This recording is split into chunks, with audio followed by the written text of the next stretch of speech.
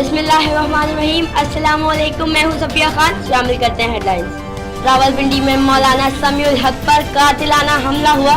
हमले में मौलाना समीउल हक जाँ बहक हो गए। मौलाना समीउल हक पाकिस्तानी मजहबी स्कॉलर, आलिम और सियासतदान थे। वाकया थाना रावलपिंडी एयरपोर्ट की हुदूद में पेश आया। आसिया बीबी केस से फौज का कोई ताल्लुक नहीं।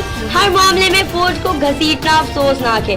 DGISPR का कहना है कि फिलहाल हुकूमती सतह पर मुज़ाकरात हो रहे हैं। अफवाद पाकिस्तान को तलब किया गया तो आर्मी चीफ मशवरा देंगे क्या बेहतर होगा। केस के कानूनी अमल को पूरा होने दिया जाए।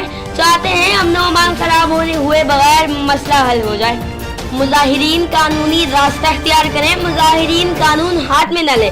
इत्तेहाद तंजीम उम्मत पाकिस्तान के सरबराह की अपील। लाहौर में न्यूज़ कॉन्फ्रेंस, मसले का हल मुज़ाकरात के जरिए निकाला जाए। कौमी असम्बली का इजलास बगैर किसी कार्रवाई कैसे मुलतवी कर दिया। अपोजिशन तब्दीली सरकार से नाराज। शहबाज शरीफ के चेंबर में अपोजिशन रहनुमाओं की बैठक। शाहिद खान अब्बासी बोले अगर ऐसे ऐवान चल रहे हैं तो सबको नया पाकिस्तान मुबारक हो। राजा परवेज अशरफ भी बोले पिछली हुकूमत में धरनों के दौरान इजलास हुआ करते थे। गैस, बिजली और पेट्रोल की कीमतों ने काम दिखाना शुरू कर दिया। महंगाई का तूफान 4 साल की बुलंद तरीन सतह पर पहुंच गया। इदारा शुमारियात की रिपोर्ट जारी। एक माह के दौरान गैस 105% और CNG 10% महंगी हुई। मुर्गी की कीमत में 35% इजाफा हुआ। पान सिगरेट का शौक भी जेब पर भारी पड़ने लगा। विजिट कीजिए हमारी वेबसाइट csnlive.tv। इसके अलावा आप हमें ट्विटर और फेसबुक पर भी ज्वाइन कर सकते हैं। देखते रहिए CSN।